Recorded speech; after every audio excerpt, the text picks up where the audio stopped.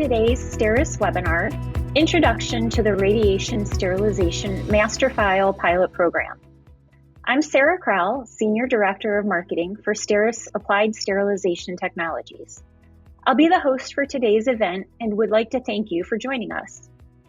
STERIS is excited to be the first organization accepted to participate in the FDA's Radiation Sterilization Master File Pilot Program, which seeks to ensure patient access to safe medical devices and address potential device shortages related to sterilization site, method, or process shifts and facilitate supply chain resiliency.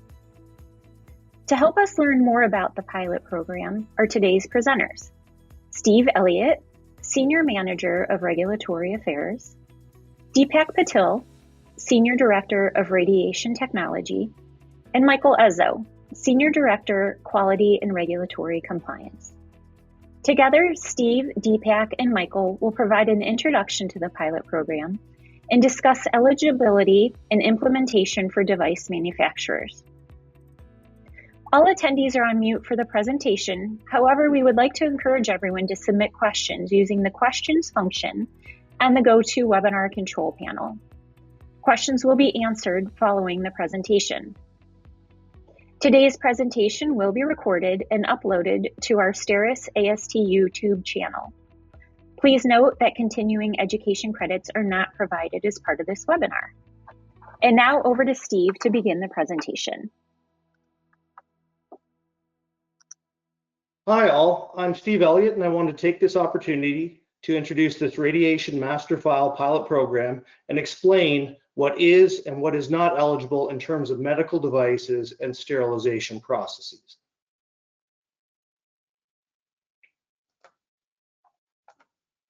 First, I wanted to provide background on master files and what they're generally used for when submitting to FDA.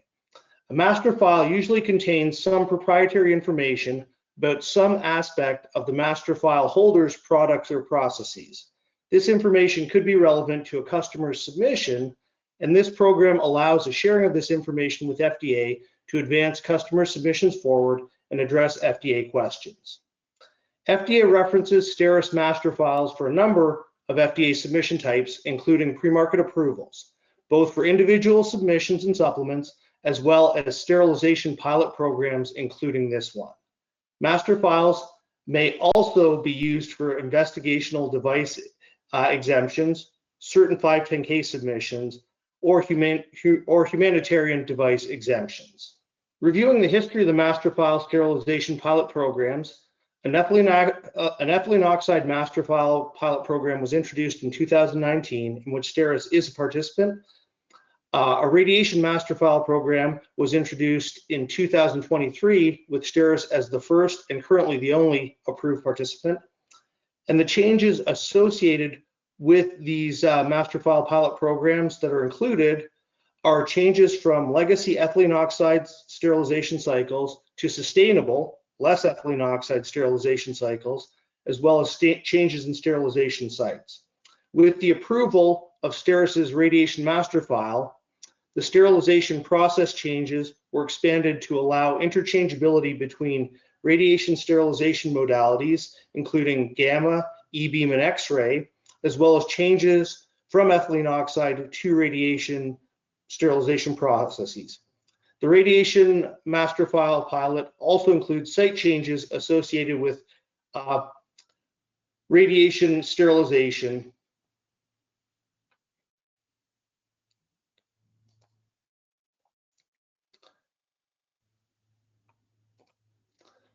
There are a number of factors that could impede availability of sterilization processing of medical devices, from increased demand and manufacturing challenges to accidents and natural disasters.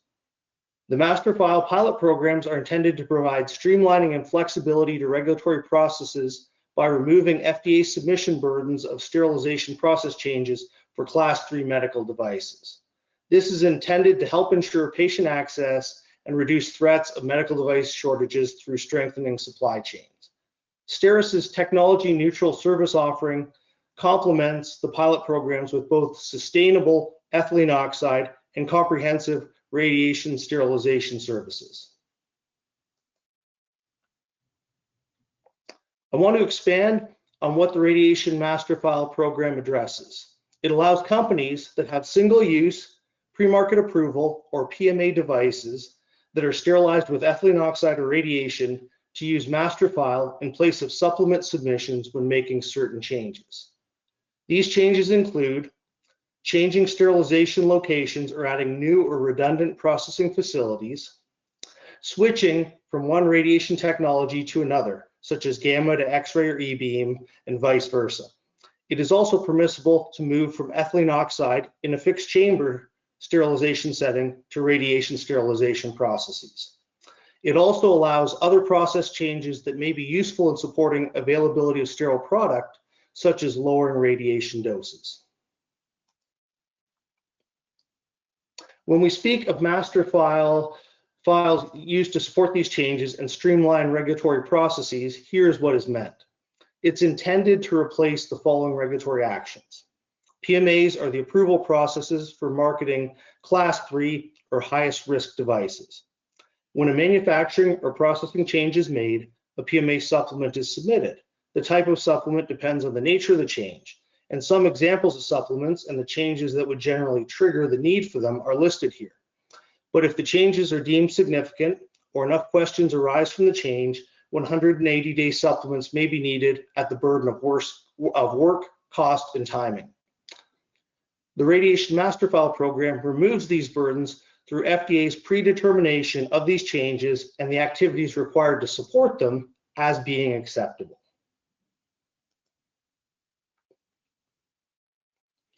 We've identified the processes that the pilot program would be used to address. Now, what products processed by STERIS are within the scope of eligibility for this program? It's intended for medical devices that are categorized as Class 3. And as stated previously, these are the highest risk devices, and they're subject to FDA review of manufacturing and processing changes, as well as annual reporting. This is not the case with Class 1 and Class 2 devices. Submission to FDA is generally not required for these class devices to support changes that this pilot program is intended to address. The eligible devices have already been approved under PMA. It will not streamline review of new PMA devices, but it can still be argued as a future benefit for new PMA devices in terms of mitigation of supplement submissions post-approval. The targeted devices would be under an approved PMA that are validated by STERIS for a STERIS AST ethylene oxide or radiation sterilization process. An approved PMA device sterilized by another quality system would not be considered acceptable. The devices considered outside the scope include the following. Medical devices that are not Class 3. As indicated previously, Class 3 PMA devices have the burdens associated with these processing change submissions. The Master File program would not offer the same benefit to Class 1 and Class 2 devices. Reusable devices, reprocessed single-use devices, and devices provided as non-sterile. Non-sterile devices are an obvious exclusion, as this is a sterilization program. Reusable and reprocessed single-use devices could create potential process risks that FDA likely does not want to address in this program, and I'm not aware of many reusable or single-use reprocessed devices that are Class 3 and industrial sterilized. With the level of risk inherent with Class 3 devices, it may not often make sense to introduce new potential contamination or processing risks. Devices with alternate sterility assurance levels. This program is limited to sterility assurance levels of 10 to the minus 6. Devices regulated by CBER. This is a CDRH program.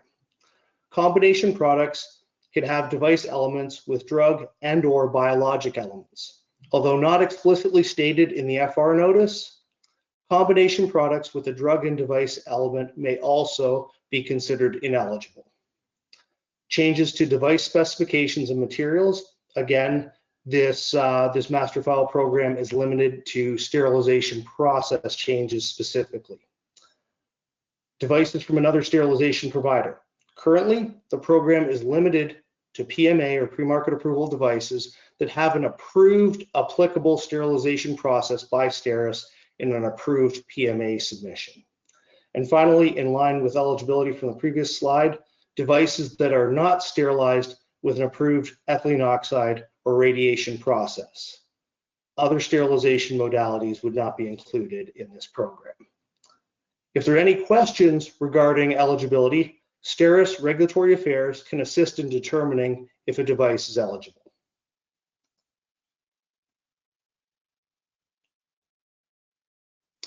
A point to note for the Radiation Master File pilot program is that it addresses a broader range of changes than the ethylene oxide program.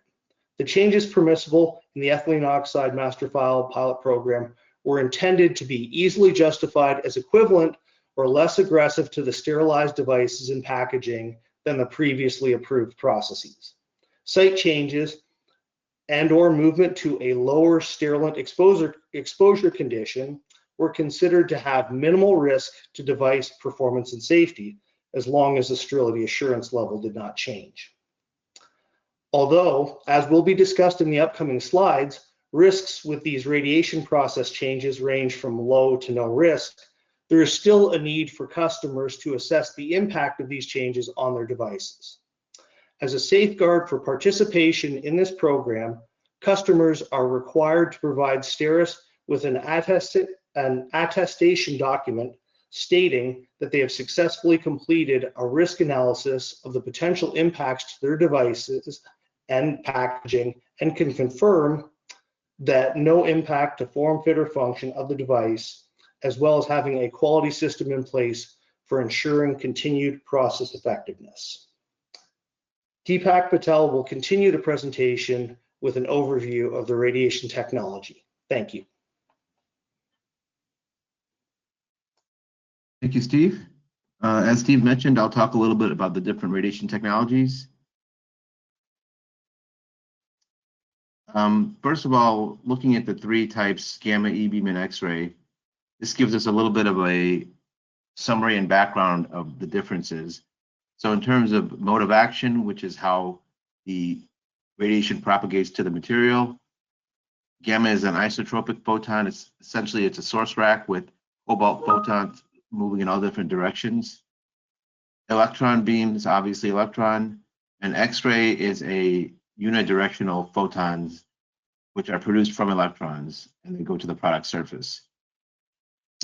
In terms of energies, gamma is a known energy. It's an average of 1.25 MeV. It gives off two different, one at 1.17 and one 1.33. For E-beam, we typically operate at 10 MeV.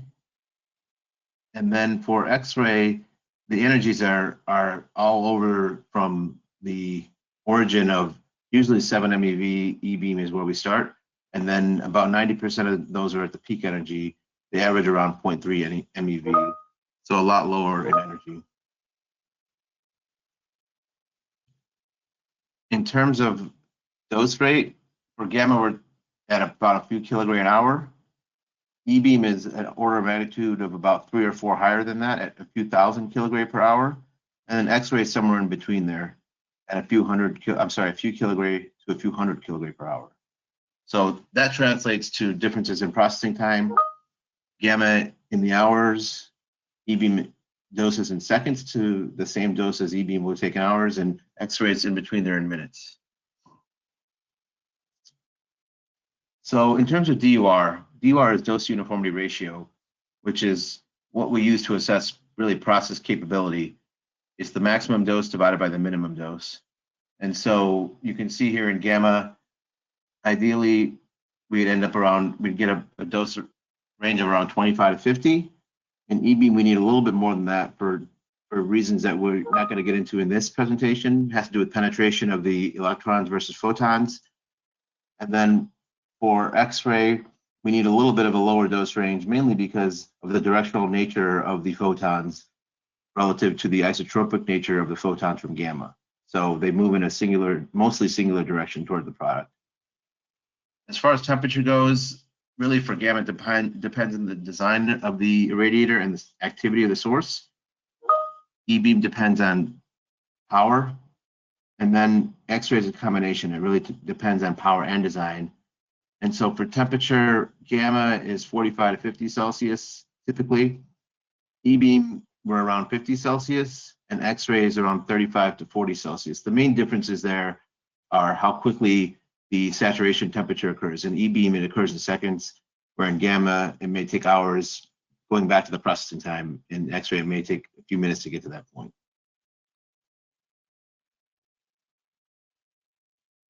So when we take a risk-based approach looking at really X-ray relative to gamma, we can look at a few different things. So we'll see on a couple slides coming up here, everyone's probably heard the term dose is dose, and we have some literature and there's many publications out there supporting the idea that the minimum dose is equivalent. So we don't see a risk there. In terms of dose rate, we say higher for gamma because typically the impact of a lower dose rate, which means more time in the radiation field, is radiolysis or potential oxidation. So with time in the radiation field being less for X-ray, there's less risk of oxidation or radiolysis occurring. We saw in the previous slide, with X-ray, we see a lower temperature than we do in gamma, so we see a lower risk there if temperature happens to be a risk for products. Exposure time relates directly to the dose rate. So obviously at a higher dose rate, we're going to get a less exposure time, and therefore we conclude that that risk is low. As far as penetration or DUR, as I mentioned in the previous slide, we find that it's better with the same product presented to the radiation field because of what I mentioned on the previous slide as far as the directional nature of photons. And then for product handling, we say less because in many of the gamma plants, the product has to be depalletized and then manually loaded into a radiation container. And X-ray, the product comes in on the pallet and it will go onto the conveyor on the pallet. So there'll be no handling of product there. So obviously there we conclude a lower or no risk there. So I mentioned earlier dose is dose. This slide and the next slide support that. These are papers. This is these tiles are papers from Tallentire and Miller. And it started out with, we look at the microbial inactivation, which is what the plots are showing. And I know this is kind of small, but if you had a copy of the paper or some ability to look at a more blown up version of this, essentially the plots are showing that regardless of the type of radiation, and in the middle tile we have gamma, E-beam, and X-ray, the microbial inactivation is the same. And that the concept of dose is dose as it relates to the sterilization or minimum dose. And then we see some overlaid X-ray data from the 2010 work and the 1974 gamma work. And really we're concluding the same thing as I mentioned. You can see the slopes here are basically the same. So we feel min dose is not impacted by the difference in radiation technology. This is concluding the same thing. I just wanted to give a little plug to STERIS here. This is a paper that was run by Brian McAvoy and some of his colleagues as well. And really, it's a recent publication from 2023, and it does confirm the work of Tallentire and Miller. So this study also, the plots basically are doing the same thing in terms of showing microbial inactivation for different radiation technologies as a function of dose, and we see very similar results there, including the same thing as the previous slide. Next slide, please. So what does this all mean? In terms of transfer, minimum dose, even though we feel dose is dose and we have much data to support that, still needs to be confirmed. For example, a dose audit in the new radiation technology that a customer is desiring to move to should confirm that dose, with the dose audit would have to be done anyway. Maximum dose, STERIS can help with that. This is really a customer-owned process. We have not seen ourselves an impact in moving from the sites that we have active now in Europe from gamma to X-ray, but there's an assessment that's required in the in 11137 standard on the maximum dose, which STERIS can help with in terms of some of our background and also obviously applying the radiation. We have labs, our packaging and materials lab can help with that as well. Activation really ties into maximum dose. This is required for X-rays over 5 MeV, and we operate all of our X-ray facilities in the 7 MeV range for efficiency purposes. And so we do have to do an assessment of activation, which we can do that. Our lab our Radiation Technology Center actually has the ability to do this in-house. And so we can support that. But as I said, that really ties into maximum dose. And then finally, for any product going into a routine processing facility, it has to have a dose map completed, or what we call a PQ. So that's obviously something STERIS would complete in terms of the routine processing facility and the product being dose mapped in that facility. And then we have a lot of resources that are available. This is that link goes to a STERIS YouTube. We call them Tech Talks. We've done a series of Tech Talks. Some of you may have joined those, but we have a YouTube channel that has all those Tech Talks housed as kind of a library. But there's additional information specific to, in a Tech Talk specific to transfer of product for radiation technology transfer or sterilization. And also, we're more than happy to have individual meetings with anyone that would like more information on the technical side. We would just ask that you work that through your STERIS account manager, but certainly we have many people on our team and many resources to do that. And with that, I will turn it over to Michael Ezzo. Thanks, Deepak. My name is Michael Ezzo, and over the next few slides, I will talk about how the program is implemented. So this includes some of the interactions with our customers within STERIS AST that allows for a customer to start processing under the Radiation Master File program. This section should also help our customers to just understand the information and general steps needed in supporting the program. So this slide provides us with a high-level overview of the process steps from an eligible customer to transition into routine processing. So this all starts with an eligible customer that would like to take advantage of this program.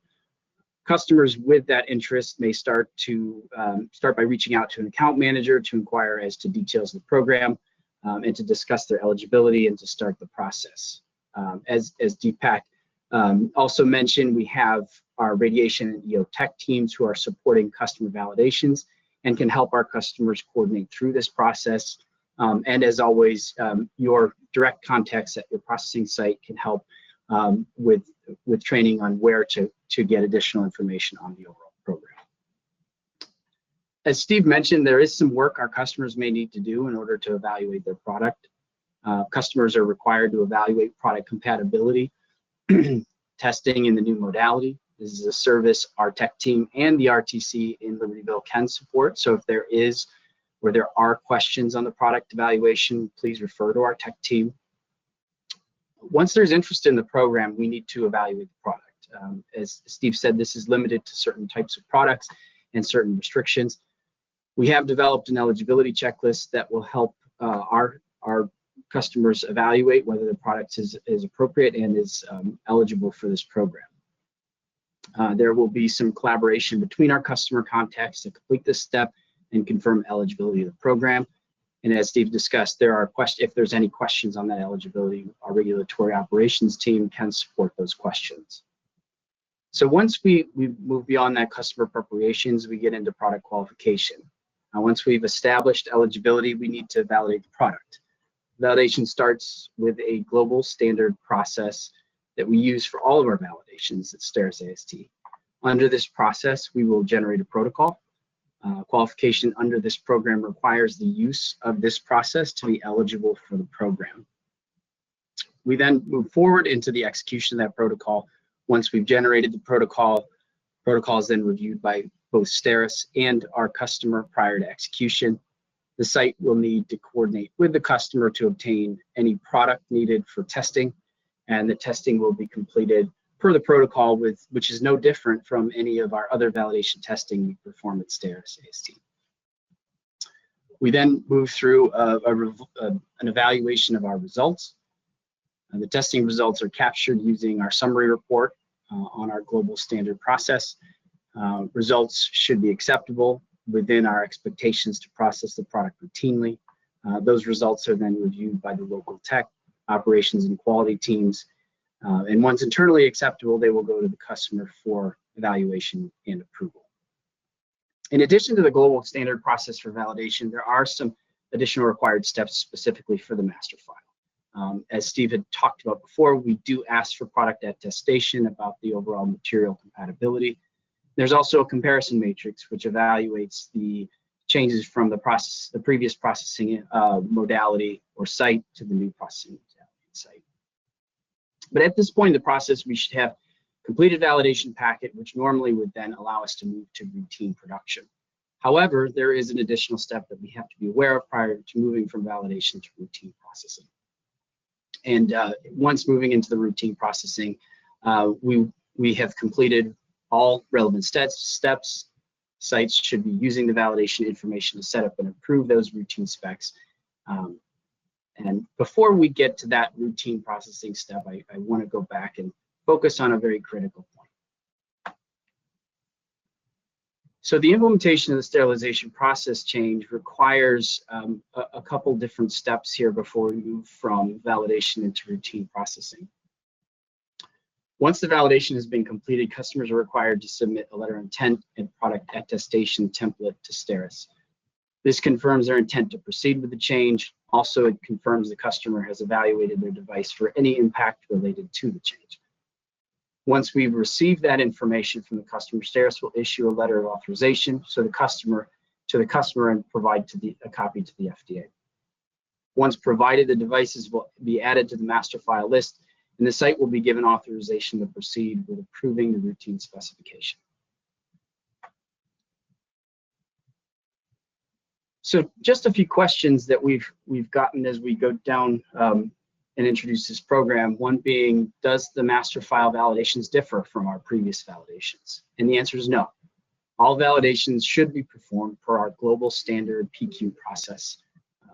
The way the validations are performed should not be different if part of the master file program.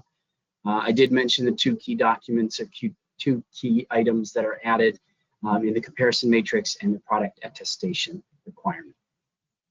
All of our validations for our global process are performed per the relevant standard, ISO 11135 for EO, ISO 11137 for radiation. So what if a customer doesn't have an active validation? So customers without an active validation are not immediately eligible for the radiation master file pilot program. If a device is not currently processed at a site, the goal is to transfer a device to a non-STERIS AST site, then the program will not support this change. If customers do not have a validation, then the product has some additional steps before it would be eligible. Customer must first submit a site change to the FDA that identifies STERIS AST as a new or alternative sterilization provider. Once the FDA has approved that change, the customer and product may become eligible under this program. And can I use my company's process and protocol? The answer is no. Validations must be performed under the global standard process to ensure that the validation is meeting the requirements of all standards as well as the requirements of this program. If customers do have their own process and protocol, that product can become qualified if a revalidation is performed under the global standard process. So in this slide, I just want to provide a summary of our process oversight within STERIS AST. This program is a great opportunity for our customers to expedite transfer of product. However, we are taking a huge responsibility to ensure the work performed is reviewed and accurate. FDA can and will perform periodic reviews of these master file validations, and it is our commitment to ensure the compliance with this program. This slide provides a summary of the process oversight that occurs beyond the local site reviews. So it starts with our divisional quality oversight. We have dedicated resources within our quality function to perform reviews of the program documents. This division oversight is responsible for monitoring the status of the validations as it moves through the process and ensure compliance with all documentation requirements for each validation.